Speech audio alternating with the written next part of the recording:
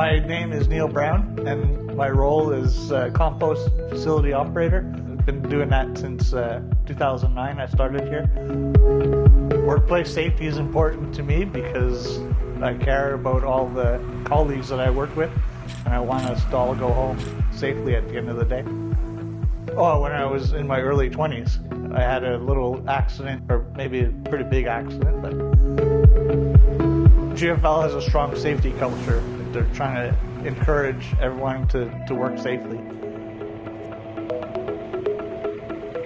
Well, this year I joined the JOHS, Joint Occupational Health and Safety Committee. Recently I've taken a BIS trainer safety training leadership course. I feel the biggest takeaway is everyone is responsible for safety, from the employee to the employer, the supervisor. Everyone plays a part in safety. My story is a textbook example of how a young worker can make these innocent mistakes. Feeling invincible, lack of preparation, lack of understanding, lack of confidence, working above skill level, unclear what questions to ask to stay safe, unclear about rights and the employer's obligations. Looking back at my injury, I feel so grateful that it wasn't any worse, that I still have my health and family.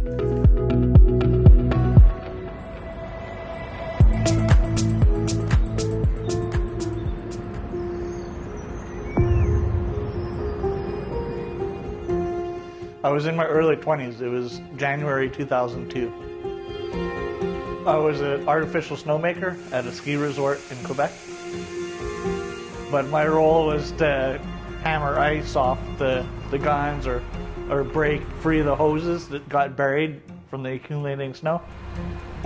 Lyle was the driver, and I was the one that got out and did more of the grunt work. The conditions of the skiddos there was a lot of mechanical issues with it. There was an antifreeze leak. These overwhelming fumes of the antifreeze would fill up the cab. The passenger side door, it wouldn't latch. The right side track would skip on the sprocket, kind of like a bicycle when you're pedaling really hard and it kind of skips. Statistics prove that young workers have a 37% higher chance of having a workplace injury. 50% of all accidents occur in the first 6 months of their employment. So really, it was my 6th month on the job, even though it was my 2nd season. We drive the skiddos around the mountain, servicing all the snowmaking equipment. Almost at the end of the route, and it was like 9:30, 10 o'clock. I got out with the hammer and break off ice. So there I am banging ice off with a blade, thinking, I'll be ambitious. So really, I'm between the track and the blade.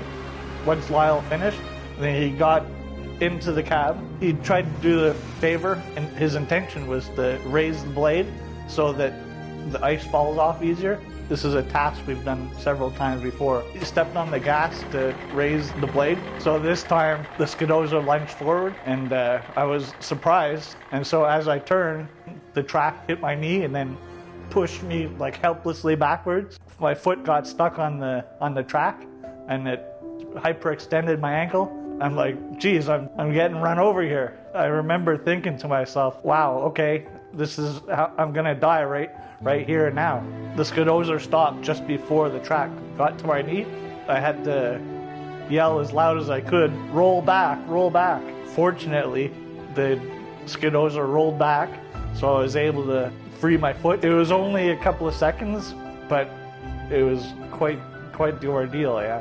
When it reversed, the tread skipped on the sprocket, and then it did that grind, the sharp ankle iron, scraped my shin when it went. By the time he got over to me, and I asked him, what happened? Straight away, he says, I thought it was in neutral. As soon as it rolled off of me, pushed myself up and take a step on my right foot, but I kind of collapsed. A couple of seconds later, I try again, and this time I'm able to walk like limp on it.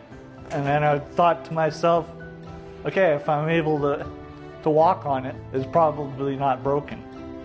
So then when I got to the shop, I took off my boot And that's where I saw the long scrape, like from the bottom of my shin to the top of my shin, the track grinded on my leg.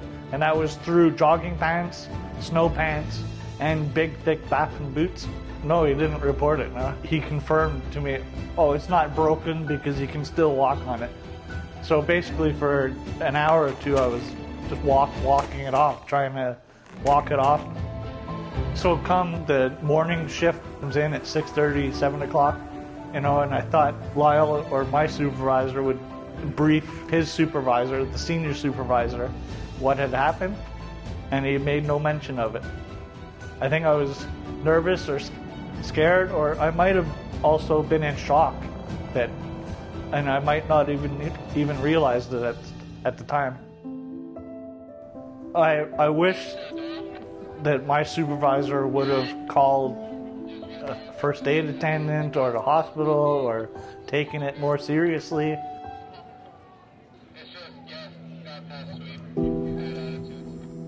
So when I got to the hospital, I was diagnosed with the bone crush, which is compression, and also all the ligaments was torn on the top of my ankle. That was from the hyperextension. Yeah. I had to be in a cast for 5 weeks. It was like from my foot to the top of my shin. Yeah, so once I told my mom that I hadn't reported it, she made me report it the next day. The owner called back and he suggested I go on to EI, which I didn't know better at the time.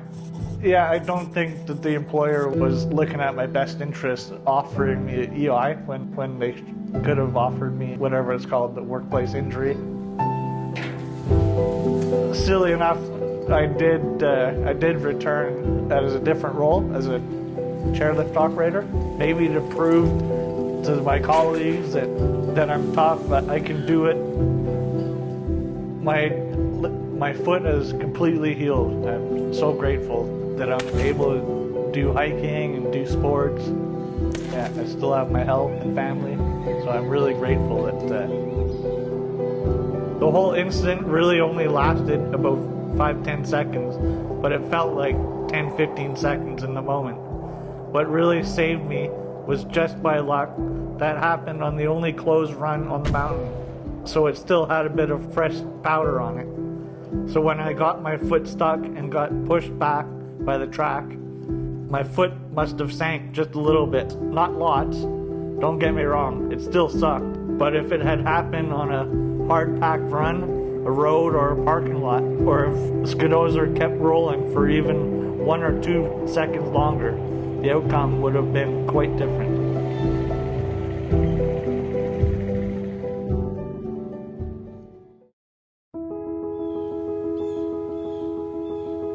What I've learned from the GAOHS, things have changed so much, how far we've come over the past 20 years. I feel that when I look back at that day, that any time past that is like bonus time, so I should enjoy it. The things that I've learned don't stand in a vulnerable spot. Being young, a young worker, I didn't think of it.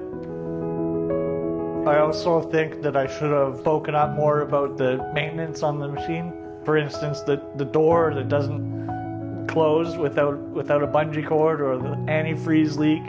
I just thought I had to do whatever I was told. I think it was pretty evident straight away that I was in an accident, but I guess I didn't want to trouble anyone. I didn't want to make a fuss.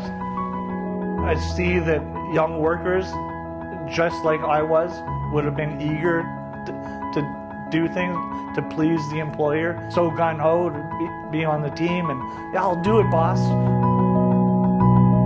The thing to take away from my experience would be stop and think about what you're doing, and don't try and be so proud. As everyone plays a part in safety.